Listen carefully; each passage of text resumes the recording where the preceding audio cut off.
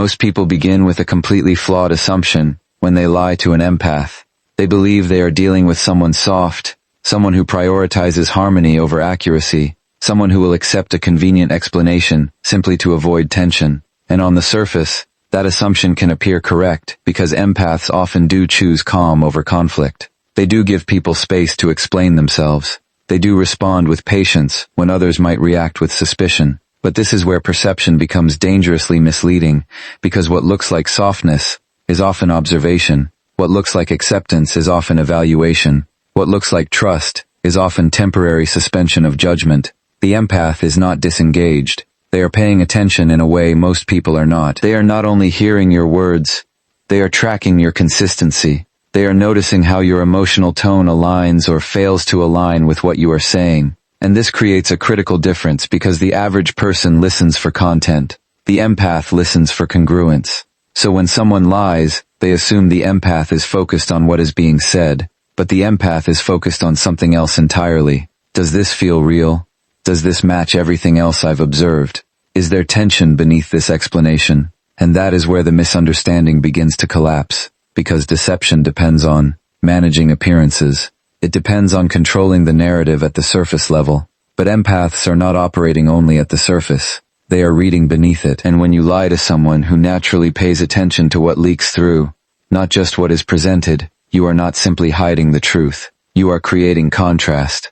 And contrast is what reveals you. Most people think lying is a verbal act. They think if the sentence sounds believable, if the explanation is structured well, if the details are convincing enough, then the lie will hold. But deception has very little to do with words alone, because words are only one layer of communication. Beneath them, something else is always happening. Your body is responding. Your tone is adjusting. Your timing is shifting. Your emotional state is either aligning or conflicting. And that conflict is where deception becomes fragile. Because the moment your internal reality does not match your external expression, you are no longer communicating one message. You are communicating two. One spoken, one leaked. And the leaked message is often the more honest one. Empaths are particularly sensitive to this split. They don't just process language logically. They process presence emotionally. So when you say something that doesn't fully match how you feel, they register that difference. Not always consciously, not always immediately, but somewhere internally, something flags.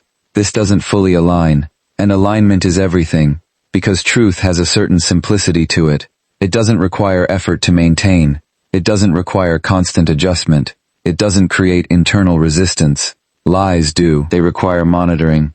They require control. They require consistency across something that is inherently inconsistent. And over time, that effort begins to show. Your delivery becomes slightly too careful. Your explanation becomes slightly too detailed. Your reaction becomes slightly too managed. And that slightly is enough, because empaths are not looking for obvious proof. They are sensing subtle disruption, and subtle disruption is where deception quietly exposes itself. Empaths don't notice more because they're trying harder. They notice more because they've been trained, often by life itself, to pay attention. Many of them have spent years in environments where emotional signals mattered, where what was said didn't always match what was true, where reading the room was necessary, where sensing shifts in mood wasn't optional. It was survival. And over time, this develops into a kind of natural awareness, not forced, not performative, automatic. They begin to recognize patterns most people overlook. The pause before an answer, the change in breathing, the slight tightening in the voice, the moment confidence turns into defensiveness. These are not dramatic signals. They're subtle, but subtle doesn't mean insignificant, because patterns are built from small details repeated over time. And empaths are constantly collecting those details, not in a calculated way, but in a way that feels almost instinctive. They don't always analyze in the moment, but they remember. And memory creates comparison. Comparison creates pattern recognition. And pattern recognition creates insight. This is why someone can appear consistent on the surface, yet still feel inconsistent to an empath, because the empath is not only observing isolated moments, they are observing continuity. They are asking, often unconsciously, does this match who you've been over time? Does this align with how you usually show up? Is there a shift here that doesn't make sense? And when the answer is no, they don't always react immediately, but they don't ignore it either.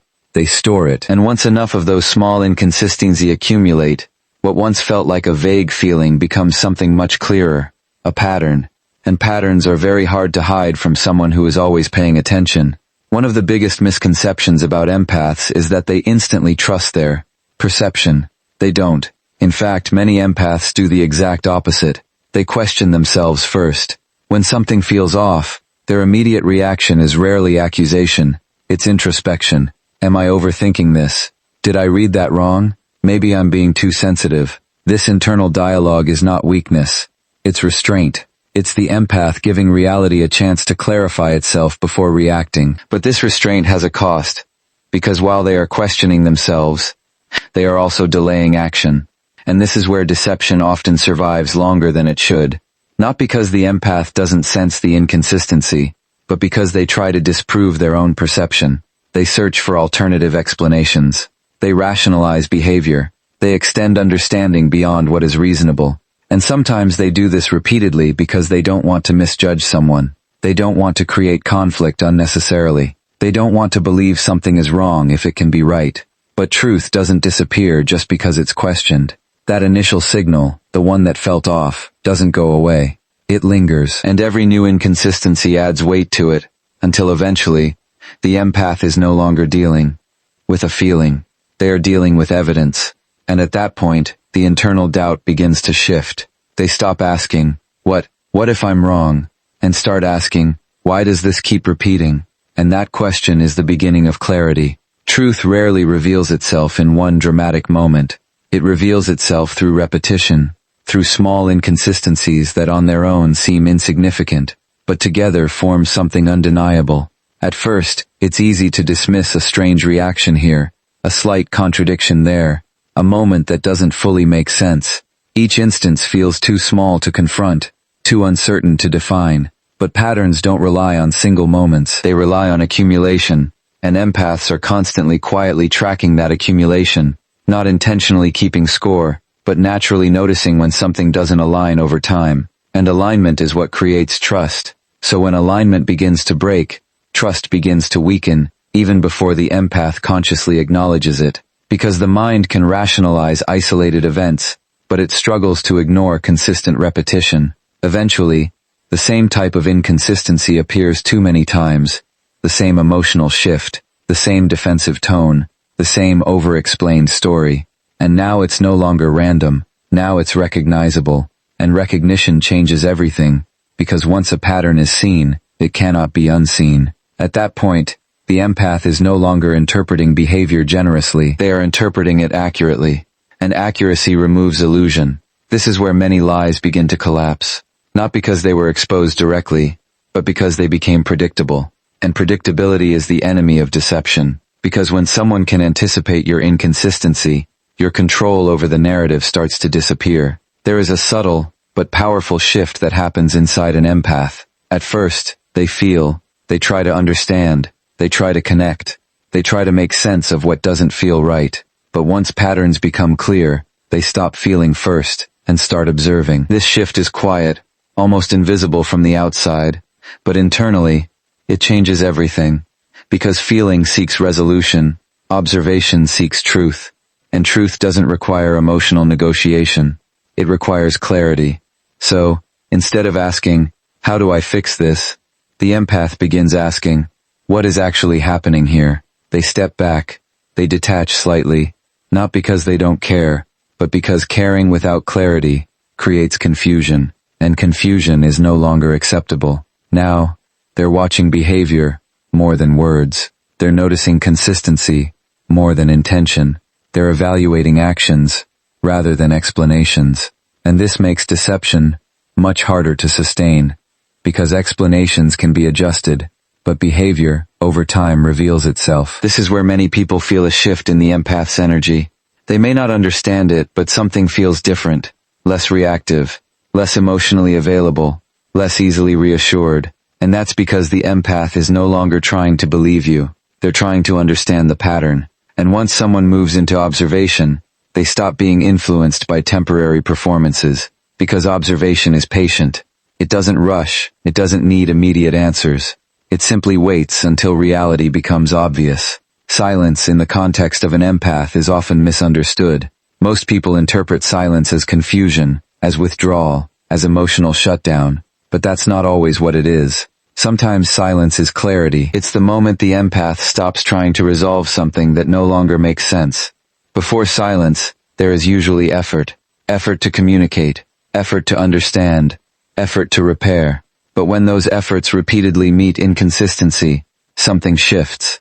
The empath realizes that more words won't create more truth, and that realization changes their behavior. They stop asking, they stop explaining, they stop chasing clarity from someone who is creating confusion, and instead, they become still. This stillness is not passive, it's decisive, because silence removes engagement, and without engagement, unhealthy dynamics lose their momentum. There's no argument to fuel, no emotion to manipulate, no reaction to control, and that can feel unsettling to the person on the other side, because they were expecting participation, they were expecting response, they were expecting the empath to continue trying, but the empath has shifted. They are no longer negotiating with inconsistency, they are acknowledging it. An acknowledgement doesn't require noise, it requires acceptance. And acceptance often looks like silence, not because nothing is happening, but because everything has already been understood. Trust for most people is a social agreement. For an empath, it's something far more structural. It's not just, I believe you. It's, I am building emotional reality with you. And that difference matters. Because when an empath trusts someone, they don't do it casually. They open gradually.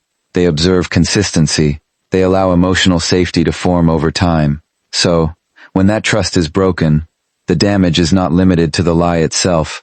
It affects the entire structure that was built around it. Because trust is what allows vulnerability to exist. It's what makes honesty feel safe.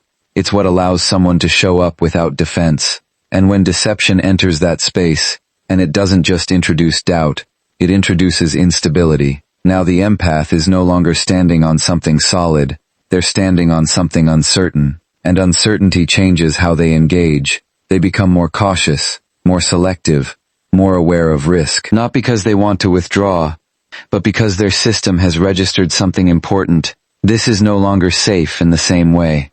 And safety, once disrupted, is difficult to restore, because trust is not rebuilt through explanation. It's rebuilt through consistency, through alignment repeated over time. And until that alignment is reestablished, the empath cannot return to the same level of openness, because for them, trust is not just emotional, it's foundational.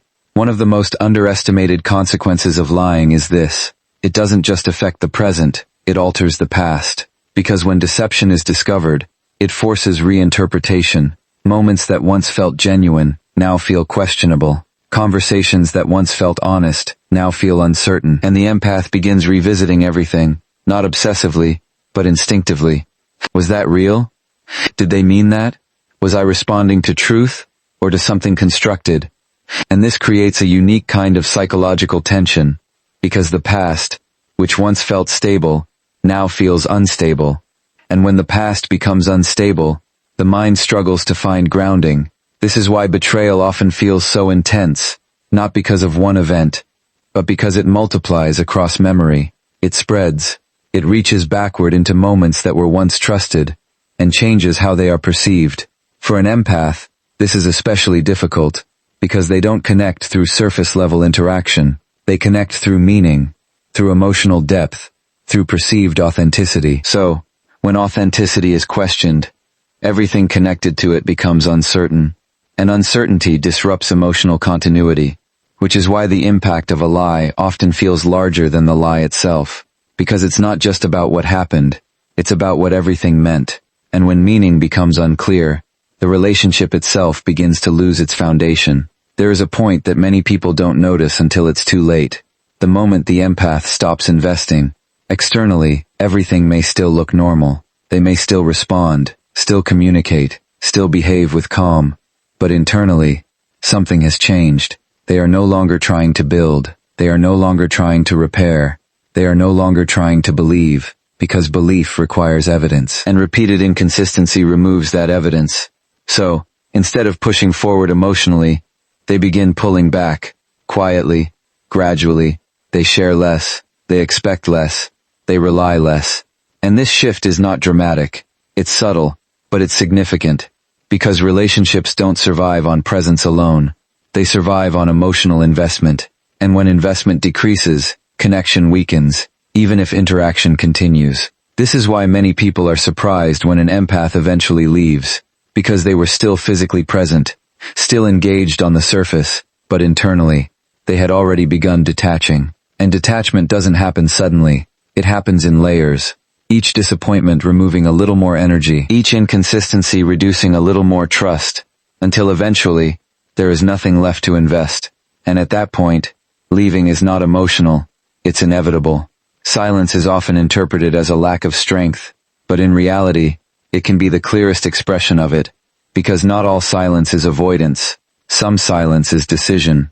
For an empath, silence becomes powerful when it is no longer driven by confusion, but by clarity. Before this stage, they may have tried to communicate repeatedly, tried to explain their concerns, tried to create understanding, but when those efforts meet resistance or inconsistency, they begin to recognize something important. More words will not create more truth.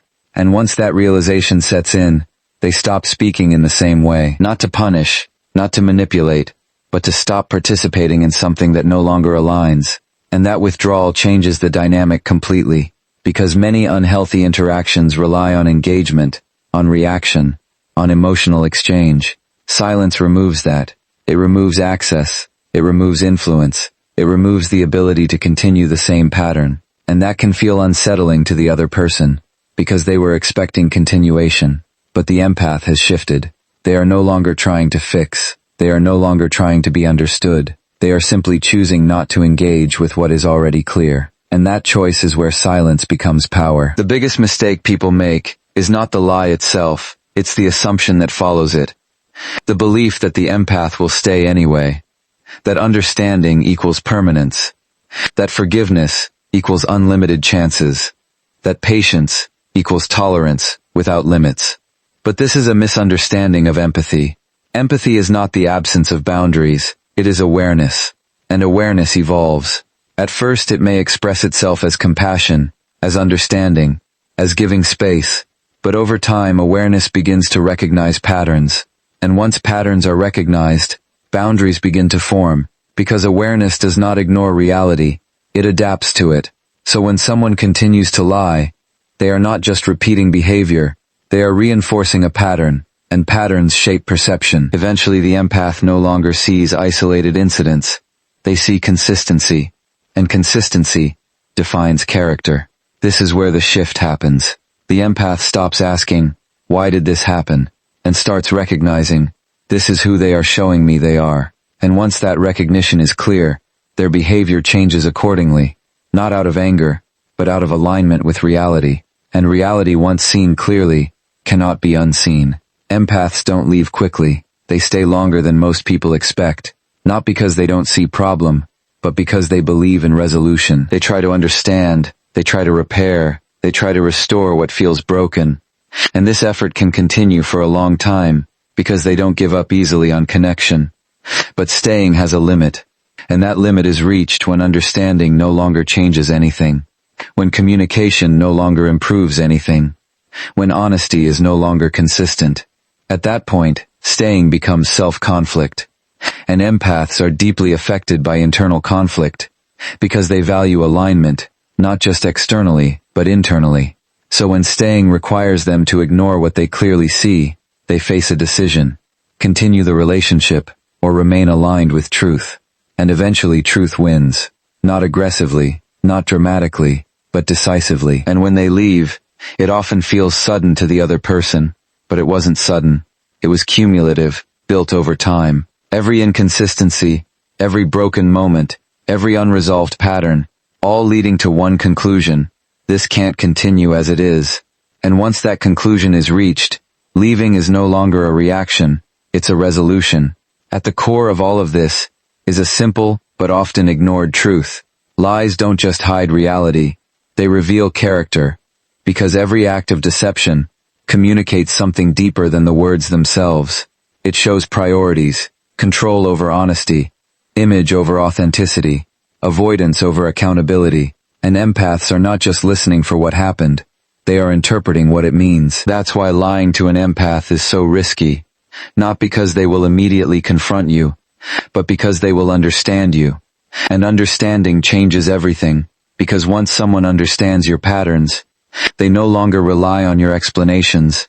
They rely on what you consistently show, and consistency is difficult to fake over time, which means eventually truth surfaces, not through confrontation, but through recognition. And once recognition is complete, something irreversible happens. Perception shifts. And when perception shifts, so does connection, because connection depends on trust, and trust depends on truth. Without truth, everything else becomes unstable. So the real danger of lying to an empath is not being exposed, it's being fully seen and no longer trusted.